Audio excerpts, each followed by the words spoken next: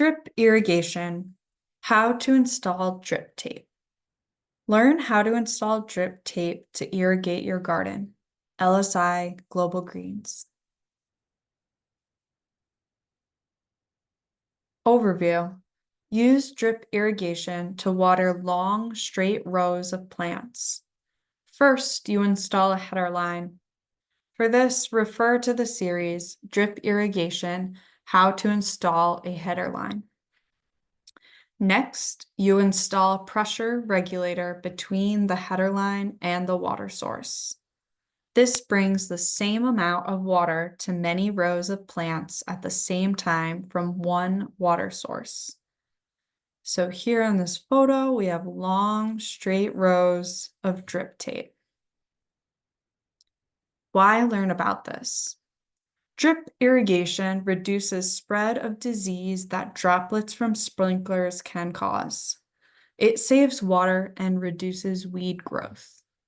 Drip irrigation requires a header line. The header line connects a water source to the drip tape.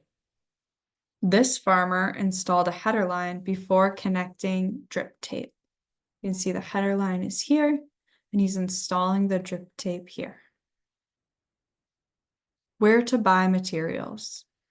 You can buy drip tape materials from garden stores and online at sites such as www.dripworks.com, www.dripirrigation.com, or www.dripdepot.com.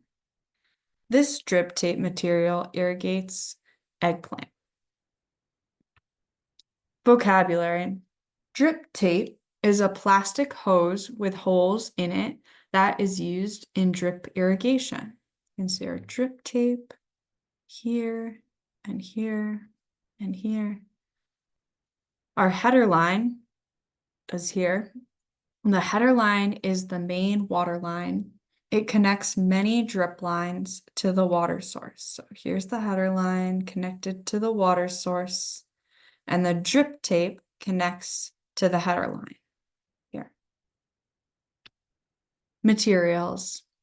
Drip tape comes in rolls of 100 to 10,000 feet. In the photo on the left, the farmer put an old tool handle through the drip tape roll to make it easy to unroll in the field. And on the right, we have the emitters.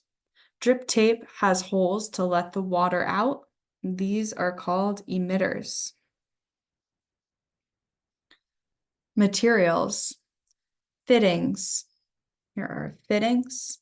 Fittings connect the drip tape to the header line. So here's the header line, and the fittings connect into the hole. Tubing punch makes a hole in the header line for the fittings. So here's the tubing punch, and the tubing punch makes holes in the header line without damaging it. Materials. Knife or scissor to cut drip tape. Staples to secure the drip tape and header lines. Flathead screwdriver or ratchet to tighten clamps. And lastly, a water source like a garden hose or spigot. Your header line and pressure regulator are installed. Now you are ready to install the drip tape. Here's the header line. The garden is clean, the header line is installed, it's ready for drip tape. Lay the drip tape down in the middle of each garden bed. Lay the tape with the blue lines facing up. These are the emitters. Water comes out of here. So here's the blue line. So we're going to lay this side up. Roll the drip tape to the opposite end of the garden bed. Make sure there are no twists or folds in the tape. This can be done by one person. It is easier with two people, so one person can hold the roll of drip tape and the other person can walk it to the other end of the garden. Cut the drip tape at the opposite end of the garden bed. Leave 12 inches or 30 centimeters on the end. Fold the end of drip tape over 2 or 3 times. So here we're folding the drip tape over. Cut a small piece of drip from the roll and push it over the folded end. Insert staple to secure. Now drip tape will not leak. Repeat for each line of drip tape. So here in these photos, secure the end of drip tape with a 3 to 6 inch piece of extra drip tape. Use a tubing punch to make a hole in the header line where the drip tape meets the header line. Punch a hole on the blue line to make sure your holes are even. So here's the tubing punch. Punch the hole on the blue line of the header line. Do not use a knife. You can damage the drip tape. Use a tubing punch to make sure the hole in the header line does not leak. You can find them at a hardware store or online, such as at www.dripworks.com. Push a fitting into the hole in the header line. Continue to punch holes and insert fittings in the header line where the drip tape meets the header line. The yellow fitting will connect the drip tape to the header line. You can see here all the fittings that are connecting the header line to the drip tape. Put staples on both sides of the fitting. Continue to punch holes, insert fittings and staples. The fittings are now secure. So here in this image, staples help the header line stay in place and not move around. Twist the fitting to the right to loosen it. So here's the fitting. You're going to twist to the right to loosen. Push the drip tape into the fitting. Here's the drip tape. We're pushing it into the fitting. And then twist the fitting to the left to tighten it. Repeat this for each fitting and line of drip tape. Check each line of drip tape.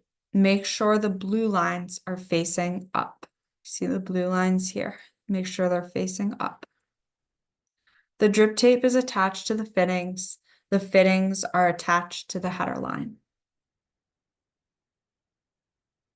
Twist the hose into the regulator to connect the pressure regulator to a hose. Connect the hose to a water source like a spigot. Turn the water on and check for any leaking.